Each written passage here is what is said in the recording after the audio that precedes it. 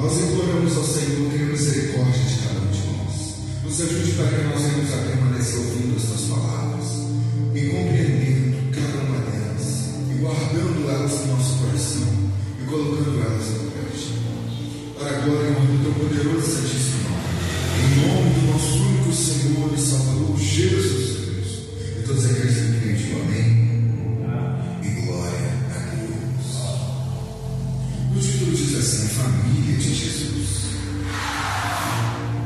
Falava ainda Jesus ao povo, e eis que sua mãe e seus irmãos estavam do lado de fora, procurando falar. O Senhor Jesus estava falando ao povo. Ele estava falando como é o mundo espiritual. No título anterior diz a estratégia de Satanás. O Senhor Jesus estava explicando, falando ao povo como que funciona o mundo espiritual. E a mãe e os irmãos dele estavam do lado de fora, não estavam dando valor para o que ele estava falando. E estavam procurando falar com ele, parar o Senhor Jesus de falar ao povo. E alguém lhe disse: tua mãe e teus irmãos estão lá fora e querem falar-te. Porém ele respondeu, ao que lhe trouxeram o aviso: quem é minha mãe e quem são meus irmãos? E, estendendo a mão para os discípulos, disse: eis minha mãe e meus irmãos.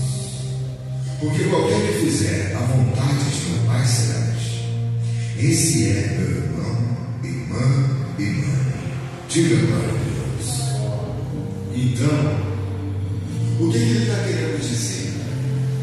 Que todo aquele que faz a vontade do Deus Pai, esse é irmão, esse é irmã e mãe dele, do Senhor Jesus.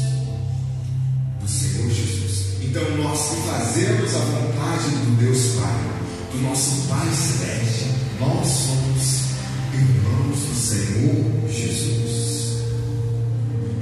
Por isso, ele, assim como ele tem o direito de ser filho do Deus Pai, ele também nos dá esse direito, se nós fizermos a vontade do nosso Pai Celeste. Então, se nós desejamos sermos filhos de Deus, é necessário que nós venhamos a fazer a vontade de Deus. Muitos aí fora dizem: todo mundo é filho de Deus, e isso não é verdade.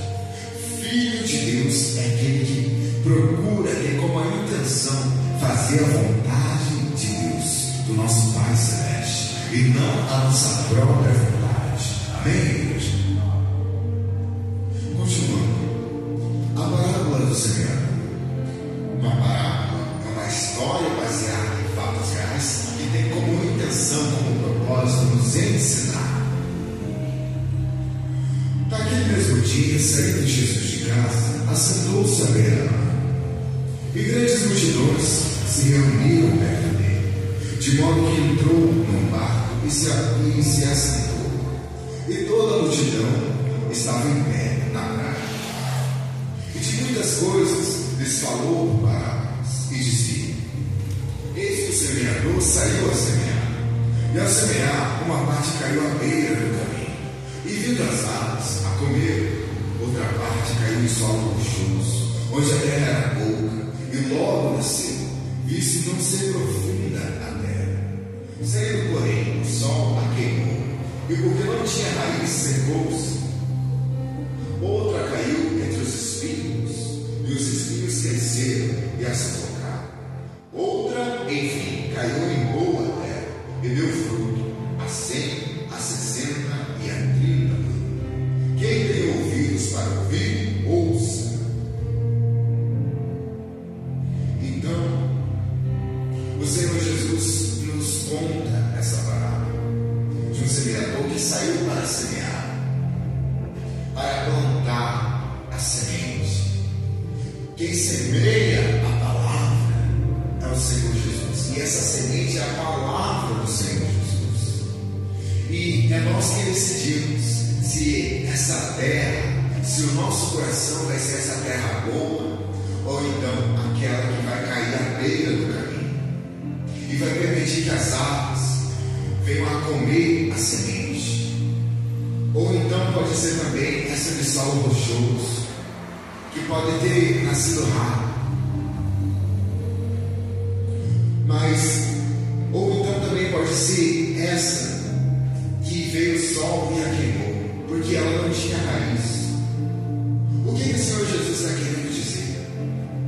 Que se nós desejamos que a palavra dele, essa semente, essa divina semente, que é a palavra dele, venha permanecer no nosso coração, é necessário que absolutamente nada venha tirar o lugar da palavra dele no nosso coração. É necessário que nenhuma pessoa, nenhuma coisa passageira dessa terra, nenhuma distração dessa terra venha tirar do nosso foco, tirar do nosso coração, tirar da nossa mente, dos nossos pensamentos, a palavra do Senhor Jesus. Então, se nós desejamos que a palavra do Senhor Jesus venha a permanecer em nós, é necessário que nós venhamos a permanecer pensando, meditando na palavra dele, nos alimentando da palavra dele, nos esforçando para fazer a vontade dele em todo o tempo. A explicação é clara. Então, se aproximaram os discípulos e perguntaram: por que lhes falas por parábolas? Ao que respondeu: porque a vós outros é dado conhecer os mistérios do reino dos céus, mas aqueles não lhes é isso concedido.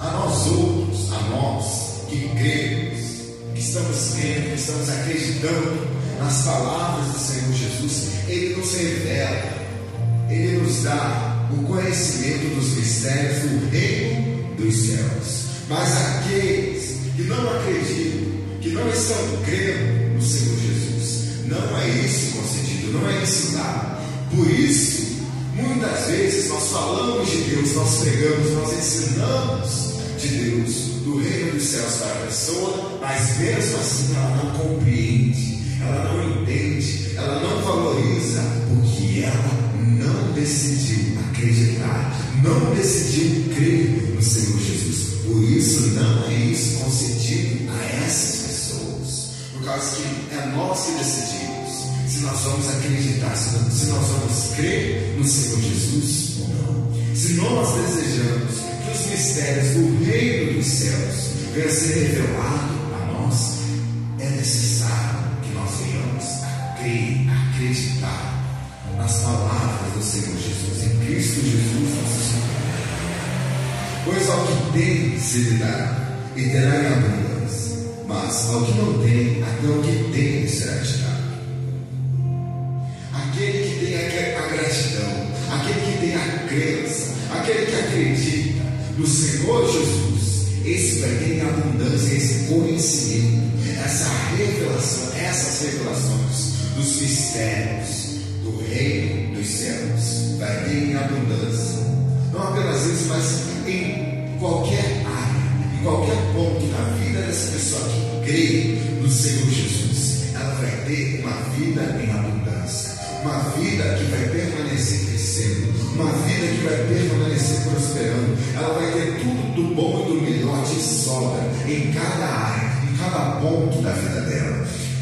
Pelo fato dela ter, mesmo que seja pouca ainda, fé, crença no Senhor Jesus, ela vai ter em abundância, ela vai ter mais, porque ela permanece crendo, porque ela permanece acreditando, esperando no Senhor Jesus, e o Senhor Jesus dá mais a ela, porque Ele vê o empenho de cada um. Amém, igreja?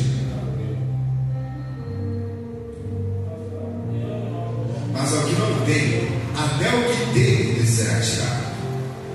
Aquele que não tem essa crença, esse fato de acreditar, de ouvir as palavras do Senhor Jesus, compreender as palavras dele, guardar no coração as palavras dele e praticá-las. Se essa pessoa não está fazendo isso, até o que ela tem vai ser tirado, porque quem dá tudo de Deus. Está escrito: todo bem procede de Deus, todo bem vem de Deus. O homem não pode receber coisa alguma se do céu não lhe for dado. Então, se tudo vem de Deus, quem somos nós para não venhamos a crer, para que nós não venhamos a acreditar em Deus e nas palavras dele? Por esse motivo, se essa pessoa não está crendo, se essa pessoa não está acreditando, se essa pessoa não está se esforçando para fazer a vontade de Deus, para fazer a vontade do Senhor Jesus, então por esse motivo, até o que ela tem será tirado. Será tirado.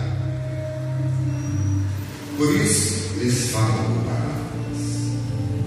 Porque vendo não veem, e ouvindo não ouvem nem entendem. Aqui eles estavam falando dos judeus e dos fariseus, que mesmo ouvindo a ele, não estavam crendo. E hoje ele também se refere a esses mesmos, que ouvem a ele, mas não creem nele, não acreditam nele.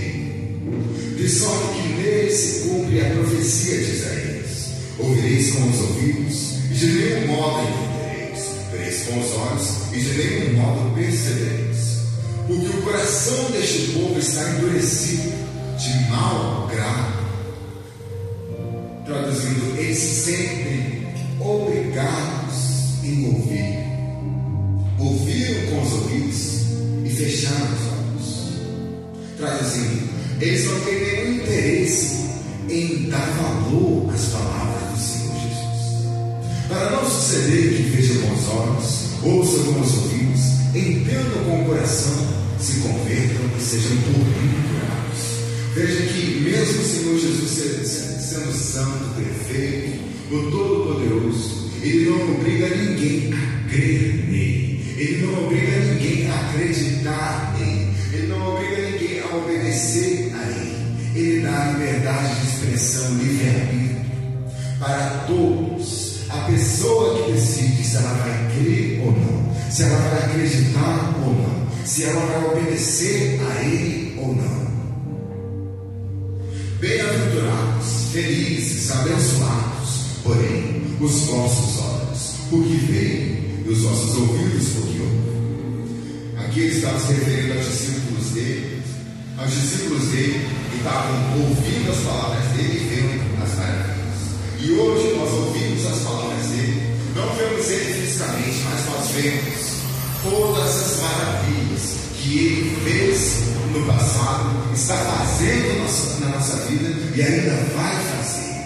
Pela fé nós já vemos, tudo aquilo que nós já vimos, estamos vendo, são maravilhas do Senhor Jesus. O fato de nós estarmos esperando, estarmos vivos, é uma maravilha do Senhor Jesus. É um privilégio de nós estarmos ouvindo as palavras dele. Amém, igreja? Pois em verdade vos digo que muitos profetas e justos desejaram ver o que vedes e não viram, e ouvir o que ouves e não ouviram.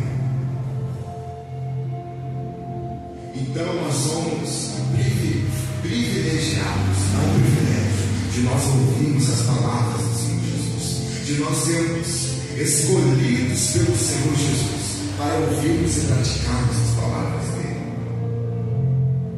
Atendei vós, pois, a parábola do semeador. Traduzindo, ativem e prestem atenção a todos os que ouvem a palavra do reino e não a compreendem. Vem o maligno e arrebata o que lhes foi semeado no coração. Então todos aqueles que ouvem a palavra do reino de Deus, a palavra do reino dos céus, e não compreendem, não entendem a palavra, vem o maligno e arrebata o que lhes foi semeado no coração. Vem Satanás e coloca uma distração, coloca alguma coisa no coração, nos pensamentos dessa pessoa e tira, arrebata a palavra que foi semeada, que foi plantada no coração dessa pessoa. Por quê? Porque ela não compreendeu. Como é que nós vamos guardar? Como é que nós vamos meditar? Como é que nós vamos guardar no nosso coração algo que nós não compreendemos? Não tem como. Nós só vamos guardar no nosso coração aquilo que nós entendemos, aquilo que nós compreendemos. Por isso é necessário necessário que nós venhamos a estudar a palavra de Deus. Por isso é necessário que a palavra de Deus venha a ser revelada a nós. É necessário, não importa qual seja a palavra que nós não venhamos a entender, é necessário que nós venhamos a estudá-la, procurar a tradução do dicionário, procurar a revelação de Deus através da palavra dele. Amém, igreja? Para que a palavra dele não venha a ser arrebatada, para que a palavra dele não venha a ser tirada do nosso coração e venha a ser trocada por algo passageiro, por algo que não agrada a ele. Este é o que foi semeado à beira do caminho, esse que ouviu a palavra e não compreendeu, por isso veio o maligno e arrebatou a palavra que foi semeada no coração dessa pessoa. Se a pessoa ouve a palavra de Deus, mas não compreende, não entende, vem o maligno e arrebata o que foi semeado no coração dessa pessoa. Se nós desejamos que a palavra de Deus venha permanecer em nós, é necessário que nós venhamos a compreender ela. É necessário que nós venhamos a compreender. Então, por isso é necessário que nós venhamos a nos esforçarmos, nos empenharmos para estudá-la, para compreendê-la, para entendê-la. Não pode existir uma única dúvida no nosso coração. O que foi semeado em solo rochoso, esse é o que ouve a palavra e a recebe logo com alegria. Mas não tem raiz em si mesmo, sendo antes de pouca duração. Ele chegando à angústia ou à perseguição por causa da palavra, logo se escandaliza. Logo se escandaliza por quê? Porque a intenção dessa pessoa não era que a palavra de Deus permanecesse no coração dela. A intenção dela era apenas receber bênçãos, era apenas receber milagres, e ela não estava fazendo a vontade de Deus por amor, não, era por interesse. E por esse motivo chega a angústia, chega a perseguição por causa da palavra, e logo essa pessoa se escandaliza, porque o que estava fazendo ela buscar Deus, o que estava fazendo ela despertar um interesse em Deus, não era o amor por Deus, era o interesse por aquilo que Deus pode proporcionar, pode realizar, pode conceder a essa pessoa. O que foi semeado entre os espinhos é o que ouve a palavra. Porém, os cuidados do mundo e a fascinação, a ilusão das riquezas sufocam a palavra e fica infrutífera. Isso aqui é muito importante. Essa pessoa que foi semeada, essa semente que foi semeada entre os espinhos, então essa pessoa é essa que ouve a palavra, mas os cuidados do mundo e a fascinação, a ilusão das riquezas, a ilusão que os cuidados do mundo, as coisas do mundo podem resolver a vida dela, a ilusão que as riquezas podem dar para ela tudo que ela precisa, tudo que ela quer, sufoca a palavra e fica infrutífero. E nada nesse mundo pode sufocar a palavra em nós. Nós não podemos deixar que a palavra de Deus fique infrutífera. Não, nós devemos frutificar, nós devemos dar bons frutos. Nós não podemos ficar nos iludindo com riquezas, com coisas desse mundo, não. O nosso foco deve ser dar bom fruto, glorificar a Deus com as nossas palavras, glorificar a Deus com as nossas obras, glorificar a Deus com as nossas ações. Mas o que foi semeado em boa terra é o que ouve a palavra e a compreende. Ouve a palavra de Deus e a compreende, e a entende, se esforça para compreender, se esforça para entender. Não tem preguiça de buscar no dicionário a tradução de uma palavra, não tem preguiça de prestar atenção na leitura da Bíblia e ver o que está sendo falado. Essa pessoa se esforça, se empenha. Essa sim é a boa terra, e o nosso coração deve ser essa boa terra. Nós devemos ser essa boa terra, essa pessoa que ouve a palavra de Deus e a compreende, se esforça permanecer compreendendo a palavra dele. Este sim frutifica e produz a 100, a 60 e a 30 por 1. Diga glória a Deus.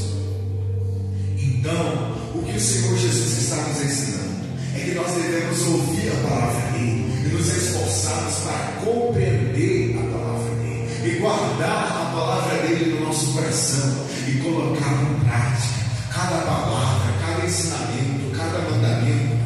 Nós devemos praticar. Somente assim nós vamos estar dando bons frutos, nós vamos frutificar e nós vamos produzir a 100, a 60 e a 30 por 1. Nós vamos glorificar a Deus. Amém, igreja? Entenderam, Senhor? Então, se esforce para ouvir, compreender, guardar e praticar